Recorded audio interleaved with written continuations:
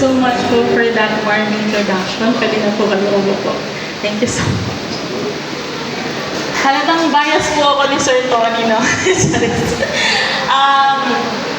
It is indeed a privilege po in here to be back sa paaralan na sobrang lapit po sa aking puso. Wala ko, naiiyak na ako kasi ganun si Sir.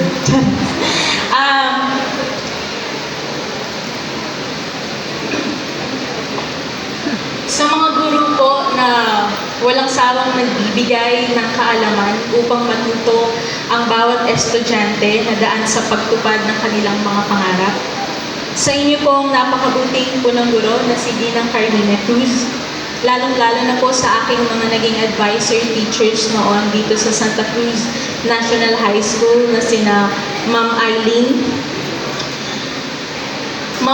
Lacop, Ma'am Marlene Agpabato, Ma'am Johanna Di Masangal at Ma'am Teresita De Luna na isa po sa mga humubog sa akin kung sino ako ngayon at syempre nagtiyaga sa ingay ng aming mga bunganga. Sa amin din po mga naging subject teachers na umintindi sa gulo ng aming buong klase, maging sa mga magulang na di masukat ang sakripisyo at pagmamahal sa kanilang mga anak, sa ating mga ginagalang na panauhin ngayong araw, at sa ating mga graduates na buong pusong inilaan ang kanilang oras sa pag-aaral upang makapagtapos sa kanilang unang yugto ng kanilang high school. Isang mapagpalang hapon po sa ating lahat. It is really a humbling moment po to be back in here sa paaralan na humulma ng aking kakayahan, ng aking abilidad, at syempre ng aking pangarap. Iba pa rin po pala nung tumayo ako dito bilang isang tumayo ako dito at nagsalita bilang isang salutatorian ng aming batch noong 2016. Kasi po, may halong saya po yun at lungkot. Saya kasi katulad nyo, nagtapos din po kami sa grade 10 at lungkot kasi yung iba sa amin lilipat na ng paaralan o di kaya yung iba ang strand na kukunin sa bawat isa.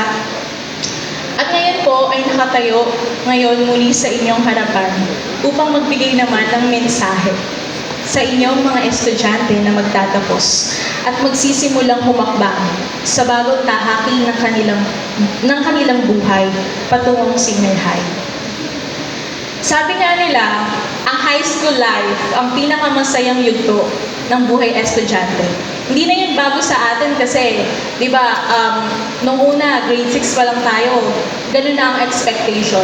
Siguro sa unang tungtong pa lang ng paa nyo dito sa Santa Cruz National High School is ganun na ang expectation nyo. Na kung saan, dito kasi natin mararanasan ang lahat ng first time mo sa buhay. I'll give you an example.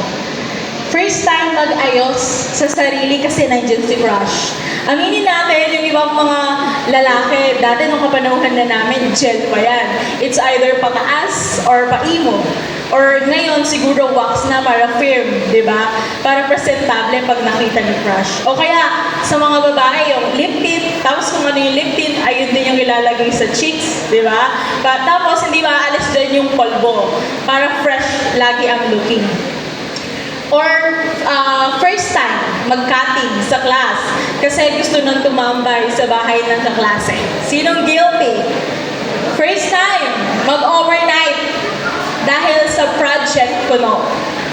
First time mag-set ng Christmas party sa room. Napakana syempre ng inyong president. First time, may i-last dance sa prom night. Ganda mo. Ganon. First time, ma-enjoy ang bawat booth sa Valentine's. Sana all! Meron pa dyan mga appreciation posts. Alam mo, dati nun may bayad pa ata eh. Ganon. Appreciation posts. Tapos, meron pa dyan kasal-kasalan. O di kaya yung, anda akong makulog, makasama ka lang. J-boot yan. So, first time din, experience intrams. Mga 1 to 2 days lang ata din kami, pero masaya-masaya na. Or hopefully ngayon siguro mga 3 days na, no? First time na madidinig sa mga officers nyo, hulaan nyo kung sino to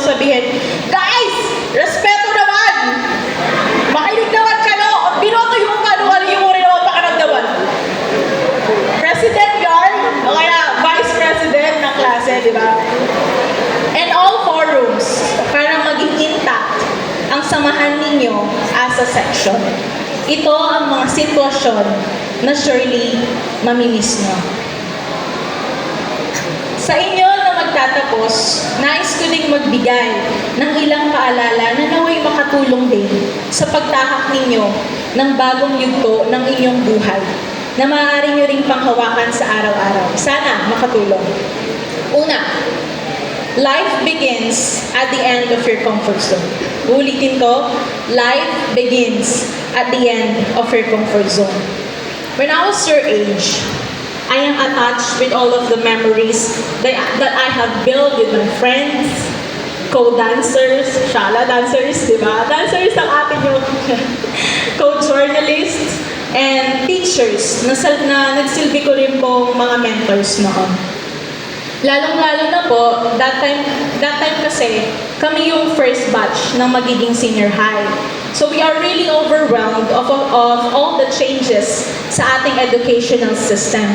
So it's hard to make a decision, right? Like a small decision kung anong strand ang kukunin, saang school magpapatuloy kasi nandito yung barkada, mga ganyan. Or magsistay ba dito, itatry ba sa ibang schools. Basically, we do not have any background at all on how senior high school works. So, if life really begins at the end of your comfort zone, meaning letting go of people just to reach your dreams first and taking a risk in something that is new to you is never a loss. It has always been a win-win situation. Instead, it is a new learnings and an opportunity to look forward to. Besides, there are no goodbyes with people that really became as your solid core. Ang kaibigan ay mananatiling kaibigan kahit paghiwalayin pa kayo ng panahon. So follow what your heart wants. Follow your heart. Huwag matakot mag-try ng bago for your growth dahil uulitin ko, life begins at the end of your comfort zone. O, diba? Pang Tony Talks, kaya walang matutulog dito. Pangalawa, never lose the child in you because that will be losing your own self. Rather, heal your inner child. When time goes by, after nito, for sure, mahaba pa ang panahon ng pagsusunog yun ng kilay, more sleepless nights dahil sa future thesis na gagawin nyo sa senior high school and also sa college years. Project proposals, thesis defense, at maraming projects to deal with in reaching your dreams. Hindi ko kayo tinatakot but this is the reality or mga situation na harapin nyo talaga just to reach your dream. So, treat yourself if needed. Hindi masamang mag-unwind kapag sobrang bigat na, kapag akala mo hindi mo na kaya. Pero, wag naman yung purong, deserve ko to. Baka naman makalimutan nyo na yung responsibility nyo as a student. So, let the child in you experience the beauty of life. Hindi nagtatapos ang buhay sa pagiging estudyante lang. Hindi masamang maging competitive, pero masamang gawing competitors lahat ng nakakasalamuha mo para lang ma-feel mo na mas matalino o mas magaling ka kaysa sa iba. Hindi masamang maging slow learner pero magiging masama ito kung tumigil kang hindi na matuto. Hindi masamang maging mahina sa isang subject or performance task, pero masamang wala kang ginawa para mag-improve ang skills mo. In short, do not dwell sa maaaring maging problema niyo sa studies or other aspect ng buhay mo. On top of it, always find joy. Find the ultimate giver of joy, find God. Pangatlo, the future belongs to those who believe in the beauty of their dreams. Huwag ninyo susukuan ang pangarap ninyo. God gave that desire or dreams in your heart para maabot ninyo lahat ng pangarap niyo sa buhay. Because that is where God placed and wanted you to be. So let God lead the way at ikaw have that courage and faith to take one step to make your dreams into reality. Sabi nga ni Lao Tzu, the journey of 1,000 miles begin with one step. Hindi ka kailanman uusad sa isang bagay kung hindi mo pa inuumpisahan. There may be times that you will ask yourself kung tama ba yung stream na kinuha ko? Tama ba yung course na kinuha ko? Kaya ko pa bang magpatuloy? Lagi mo sanang i-remind ang sarili mo na malayo pa, pero malayo na. Magkaroon ka ng oras to have a safety space for yourself. And for life realizations, to look back where you started, where you at now, and where you want to go just to reach your goal. Be strong and courageous, for the Lord our God is with you. Pang-apat, failure is an event, not a person. Uulitin ko, failure is an event, not a person. Naalala ko noon, I am very competitive po pagdating sa grades. Ako yung tipo ng tao na tinatanong kung nakapag-review na ako, tapos sasabihin ko, sakto lang, natapos ko naman pero di kasi ako confident sa mga na-review ko. Or yung other version sasabihin, sakto lang, basa-basa lang, mga ganyan. Pero pagtanungan na ng score, low-key, ganyan, tapos pasado ka pala. Yung mga ganon. Nung batch kasi namin, nauso na yung term na pabibo. And I know that you know that term. At guilty kaming lahat doon kasi competitors namin ng lahat. Pero in a healthy way para gawin namin yung best namin lagi. Kasi nung batch po namin, walang nagpapakabog sa academic namin. Tapos nag-aagawan pa kami sa mga extracurricular activities namin noon. Pero we unite as one. Lalong-lalo na paglabanan na per section o di kaya per level, di kami papatalo dyan. Saksi lahat ng advisory teachers namin doon. But there's a point in my life na feeling ko noon I failed as a student. Akala ko noon failure na ako. Particularly nung grade 8 ako. Grade 8 pa lang ako noon pero na-feel ko na yon. Nung time kasi namin, hindi ko po alam kung hanggang ngayon is gano'n. Kasi parang per subject is dapat yung average mo is 85, right? Tapos, kabuuan pa na ng mga average ng buong subject mo is i-base pa doon kung pasok ka sa ranking kasi per rank pa nun, di ba? Top 1 to 10. Tapos, I remember, meron nung isang subject na 84.75 lang ako. Bawal na i-round off mo. So, nanghinayang talaga ako. Yung parang, tapos kasi nun, yung top 3 namin nun is mataas pa yung average ko nun. So, parang hinayang na hinayang ako pero hindi siya pasok sa criteria ng pagiging top 10. So, syempre, iyak ang above nyo, no? Iyak talaga malala kasi yung panahon po na yon. So, bilang isang bata na 14 years old, akala mo katapusan na ng mundo, yung parang mapapawali ka na, ginawa mo naman lahat pero di pa rin sapat. Yung mga ganun niya. Tapos, so, what's the point? I just want you, dear students, to be reminded that failure is one step closer to success. Yes, you may fail, but you are not a failure. Mapasaktong pasado pa yan. It is still a victory to celebrate because above all, you tried and kept on going. Sabi nga nila, fail forward. Fail forward. If you fail, hayaan mo ang sarili mo na umiyak. Do not keep yourself busy para lang di mo maramdaman yung sakit. Hindi yun advisable.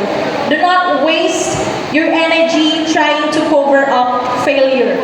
Don't be afraid to fail sometimes because failure are there to shape you and not to shame you. Sabi nila, learn from your failures and go on to the next challenge. It is okay to fail sometimes because if you're not failing, you are not growing. Panglima, celebrate endings for they precede new beginnings. Ang inyong pagtatapos sa junior high school ay isang malaking tagumpay, ngunit isang daan tungo sa sa panibagong kabanata ng inyong buhay bilang isang estudyante. Do not rush in life. Maaaring ang iba ay may ibang plano pagkatapos nito, ang iba ay lilipat na ng school o ng probinsya, ang iba, maaaring hindi nyo na makakasama. Ang iba, baka ngingitian nyo na lang kasi hindi nyo nakaklase. Ano man ang maging desisyon o tahakin ninyo sa buhay, ituring ninyo itong biyaya dahil may bagong simula. There are seasons of our life that needs to end to see the future ahead of you. Habang tinatahak ninyo ang daan tungo sa kanya-kanya ninyong pangarap, be reminded that life is a journey and not a destination. Maaaring kaskas na to na linyahan, pero totoo siya. Kasi kung narinig nyo kanina, I have tried also to become a call center noon. Kasi nga po, since pinaaral ako ng tita at tito ko, is pag mag-board exam na ako, iba po kasi ang pressure kapag parang naisip ko paano pag bumagsak ako? Paano pag ganito? So, gusto ko noon na i-sustain ang sarili ko financially. So, nag-call center po muna ako for 10 months po siguro yun. Para ako ang gagastos financially, para yung pressure sa sarili ko is hindi ko na intindihin pa yung iba. Enjoy every season of your life. Hindi nyo kailangan magunahan, magpataasan, o maghilaan pababa para lang ikaw ang unang makapunta sa rurok ng iyong tagumpay. Enjoy the favor of the Lord. Take it slowly, take it easy, but surely. Lasapin mo ang bawat hirap, sakit, luha, brokenness, achievements, happiness, and satisfaction sa bawat pangyayari ng inyong buhay. And if in case, while taking the road for your success ay may mga rocky roads o di umayon ang panahon o ang plano mo sa iyong inaasahan, build your own door if the opportunity does not knock. Huwag mong hayaan na yung mga ganong mga circumstances sa buhay mo is i-dwell mo yon panghabang buhay. Ipakita mo sa iba na kaya mo. Maaaring may mga nagmamaliit sa kakayahan mo. Ipakita mo na kaya mo. Kasi pag nag-dwell ka sa problema is sila ang masasaya. Kaya ang tagumpay para sa iyong sarili ay tagumpay din ng iba. Huwag mapagod, maniwala at manampalataya sa iyong kakayahan na ipinagkaloob ng Diyos sa inyo.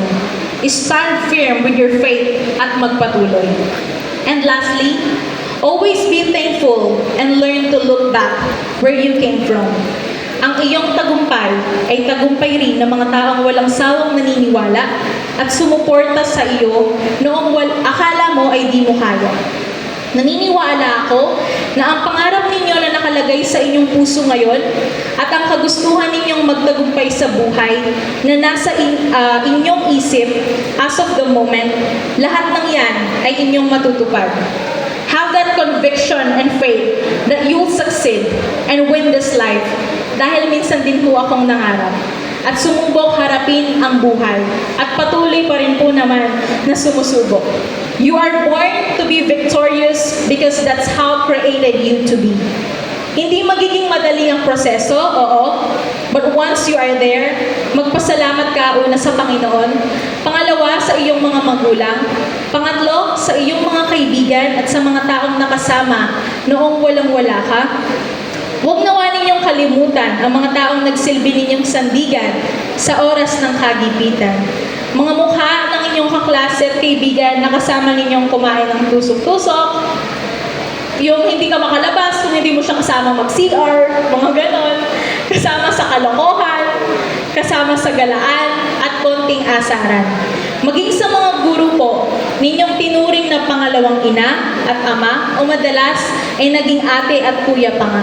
After this ceremony, be courageous enough also to tell your mom, your dad, wow, di ba? Social mom, dad. Sa mga nanay, sa tatay nyo, sa dada, mga ganyan, ate, kuya, tito, at tita. Sa mga classmates, sa mga teachers nyo, your own version of thank yous or message of appreciation. Mga personal message man yan or sa personal. Dahil nakapagtapos kayo sa ganitong yugto ng buhay nyo. Paniwalaan nyo ako, it really means a lot to them. And before I end po, I want to represent you all, dear graduates, to thank also lahat ng parents na nandito, na isa sa mga naging saksi sa inyong pagtatapos. Parents, congratulations po sa pagtatapos ng inyong mga anak sa junior high school. Ang kanilang tagumpay ay alam ko pong inyong tropeya din. Salamat po at hindi kayo napapagod na magpakahirap kumayod sa inyong kanya-kanyang pagtatrabaho para lang magampanan ang inyong responsibilidad na makapagtapos sa inyong pag-aaral. Sa pag-aaral ang inyong mga anak. Kasi hindi po biro ang iba dyan na nasa mainit na araw, nagtatrabaho, nagtatricycle, naglalako, magsasaka, para lang po matustusan ang pangangailangan ng kanilang mga anak. Lalong-lalo na po yung pinili na mapalayo sila sa kanilang mga anak para lang po matustusan ang kanilang pangangailangan. Hindi po ho dito natatapos ang lahat at alam kong hindi din po matatapos ang inyong pagsuporta sa inyong mga mahal na anak. Lagi niyo pong tatandaan na alam ng inyong anak ang inyong paghihirap. May mga anak man po na hindi vocal sa kanilang nararamdaman. Alam ko ho na mahal po nila kayong lahat. Kita nilang lahat ang inyong sakripisyo para sa kanila. Nawa, maging magulang, maging open din po tayo sa ating mga anak. Pakinggan po ninyo ang bawat isa. Do not let the expectation and pressure of the world ruin your foundation. Do not let the expectation and pressure of the world ruin the love that is in your heart and in your family. Parents, we are proud of you. Bilang anak rin po, nais ko pong sabihin, super blessed ang inyong anak na may mga magulang silang kagaya niyo. And graduates, kung hindi niyo pa ito naririnig, I am very proud of you all. I know that you already know the next step that you'll take and not to take. Pray for wisdom and proper discernment of your own success. As Joshua 1:9 says, be strong and courageous. Do not be afraid. Do not be discouraged. For the Lord our God will be with you wherever you go. Again, congratulations and good evening.